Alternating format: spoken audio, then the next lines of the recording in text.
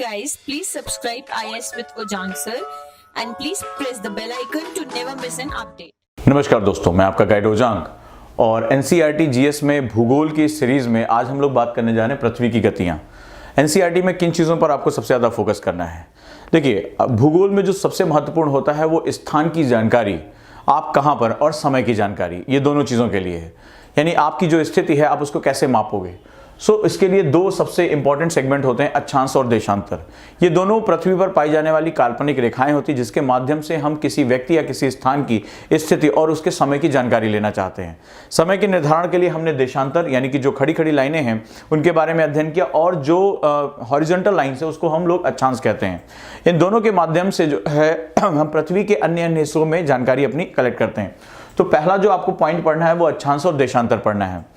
दूसरे हिस्से पे अगर हम बात करें तो पृथ्वी की गतियां, ये पृथ्वी की गतियां आगे चलकर जलवायु को समझने में सबसे महत्वपूर्ण भूमिका निभाती हैं। कई बार जो स्टूडेंट होता है इसको फैक्ट के रूप में याद कर लेता है, लेकिन वास्तव में ये जो चीजें हैं ये पृथ्वी पर जलवायु, और जलवायु जो होती है वो फ्लोरा और फौना यानी जंतु जगत और वनस्पति जगत, मिट्टी, फसल, इन सब को जो है वो तय करता है। तो इसमें जो सबसे पहला इंपॉर्टेंट कॉन्सेप्ट हमें पढ़ना है वो घूर्णन। घूर्णन, जैसा हम जानते हैं कि पृथ्वी अपने अक्ष पर जो है वो घूर्णन करती है और घूर्णन की वजह से दिन और रात होते हैं। दिन और रात का मतलब ये नहीं है कि प्रकाश केवल प्राप्त हो रहा है। सवाल है कि जब प्रकाश प्राप्त होगा तो ऊष्मा प्राप्त होगी, और ऊष्मा की प्राप्ति जो होती है वो जीवन का आधार होता है, ऊर्जा चक्र का ये बेसिक्स माना जाता है। घूर्णन सबसे महत्वपूर्ण है। उसके बाद जो पृथ्वी जो है वो अपनी धुरी पर घूमने के साथ साथ ये जो है वो सूर्य के चारों ओर परिक्रमा करती है। सवाल है कि परिक्रमण के लिए शक्तियां कहां से जो है वो आती हैं, इसका संतुलन कैसे स्थापित होता है, और परिक्रमण की वजह से कौन कौन से फेनोमेनन जनरेट होते हैं। राइट, ये बहुत महत्वपूर्ण है। यानी कि और परिक्रमण का पाथ क्या होता है, क्या ये वृत्ताकार है या ये जो है वो दीर्घ वृत्ताकार है। अगर दीर्घ वृत्ताकार है तो पृथ्वी का सूर्य के साथ संबंध कैसा है, क्या कभी ये दोनों निकट आते हैं या एक दूसरे से हमेशा जो है वो निश्चित दूरी बनाए रखते हैं। इस निकटता या दूरी की वजह से जो है वो पृथ्वी पर कौन कौन से परिवर्तन हो सकते हैं। यानी इस पर्टिकुलर सेगमेंट को पढ़ने के साथ साथ पृथ्वी पर होने वाले प्रभाव, इनका जो है वो बहुत महत्वपूर्ण अध्ययन हमें करना है। साथ ही साथ पृथ्वी में एक तीसरा गुण पाया जाता है, ये जब परिक्रमण कर रही होती है तो ये 23.5 डिग्री झुकाव के साथ कर रही होती है। 23.5 डिग्री झुकाव का मतलब है कि पृथ्वी के हर हिस्से को लगातार जो है लंबवत सूर्य का प्रकाश नहीं मिलता।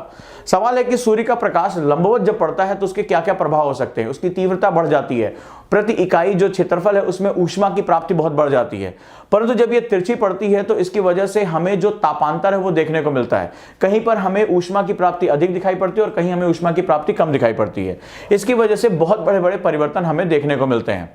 राइट, और इसका परिणाम ये होता है कि मौसम में परिवर्तन हो जाता है। कभी आप देखते हैं कि जाड़े का मौसम है, कभी गर्मी का मौसम है, तो ये जो मौसम का परिवर्तन होता है समान स्थान पर होने के बावजूद हमें अलग अलग जो है वो परिवर्तन मिलते हैं, और अलग अलग हमें सूर्यताप मिलता है। जैसे ये मौसम परिवर्तित होता है और ये दीर्घ अवधि तक उस मौसम में जो है वो परमानेंट चेंजेस देखे जाते हैं तो उसको हम लोग जलवायु कहते हैं।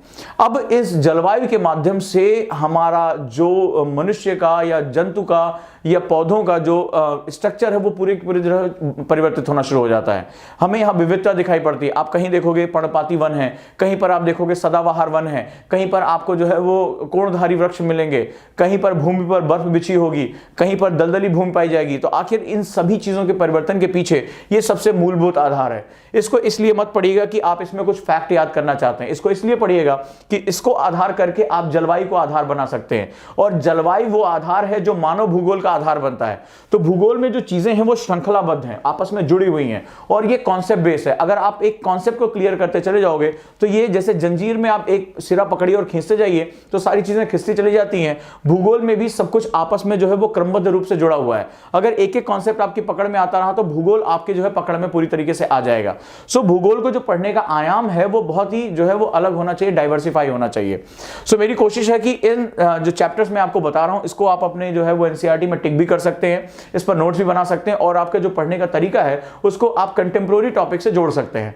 दोस्तों, इस तरह जो है जुड़े रहिए। मैं पहले भी कहता हूं कि भूगोल एक ऐसा विषय है, भूगोल और पर्यावरण दोनों मिलकर एक ऐसा डायमेंशन क्रिएट करते हैं जहां पर समसामयिक ज्ञान और उसका स्थैतिक ज्ञान दोनों जो है जब मिलते हैं तो प्री में आपको बहुत ज्यादा हेल्प करते हैं। 22-25 क्वेश्चन जो है वो अपनी रेंज लेकर ये चलता है। तो मैं उम्मीद करूंगा जो आपका पढ़ने का तरीका होगा वो इसी के हिसाब से होना चाहिए। और जो बच्चे ज्योग्राफी में मेरे साथ जुड़ना चाहते हैं, एनसीईआरटी बेस्ड जो हम प्री स्पेशल एक बैच शुरू कर रहे हैं और 18 तारीख से 18 दिसंबर से उसके साथ ये जुड़ सकते हैं और इसके माध्यम से अपनी इन्वेस्टमेंट कर सकते हैं। फीस हमने इसीलिए काफी कम रखी कि कई बच्चे मुख्य धारा में नहीं जुड़ पाते हैं या उनका जो है वो काफी दिक्कतें उनको होती हैं इतना पैसा देने के लिए। तो मैंने एक अलग से कोर्स शुरू किया जहां पर वो मेरे साथ भूगोल को जो है एनरिच कर सकते हैं। काफी कम फीस है, इसके लिए आप जो है वो दिए गए फोन नंबर पर जानकारी प्राप्त करके अपने आप को एनरिच कर सकते हैं। तो दोस्तों, इस भूगोल की ये श्रृंखलाएं जो मैं प्रस्तुत कर रहा हूं, इन टॉपिक्स को आप लिखिए और इन टॉपिक्स पे अपनी जो है वो तैयारी शुरू कर दीजिए। और नहीं कर पा रहे हैं तो जुड़े रहिए इसके साथ। उम्मीद बस यही करूंगा कि जो भी कॉन्सेप्ट पढ़िए उसको स्टैटिक ना पढ़ के स्टैटो डायनेमिक पढ़िए, यानी दोनों चीजें आपकी मर्ज होनी चाहिए। लगातार क्या परिवर्तन हो रहे हैं ये आपको समझ में आना चाहिए। तो दोस्तों, अपने दोस्त को विदा दें और अपनी तैयारी को जोरदार तरीके से आगे लेकर जाएं, क्योंकि अब समय आ गया है अपने आप को एनरिच करने का, अपने आधारभूत तैयारी को आगे लेकर जाने का। और मैं उम्मीद करूंगा कि 2019 आपके लिए सबसे सफलता वाला साल होगा और आप इसमें जो है विजेता बन के निकलेंगे। धन्यवाद दोस्तों।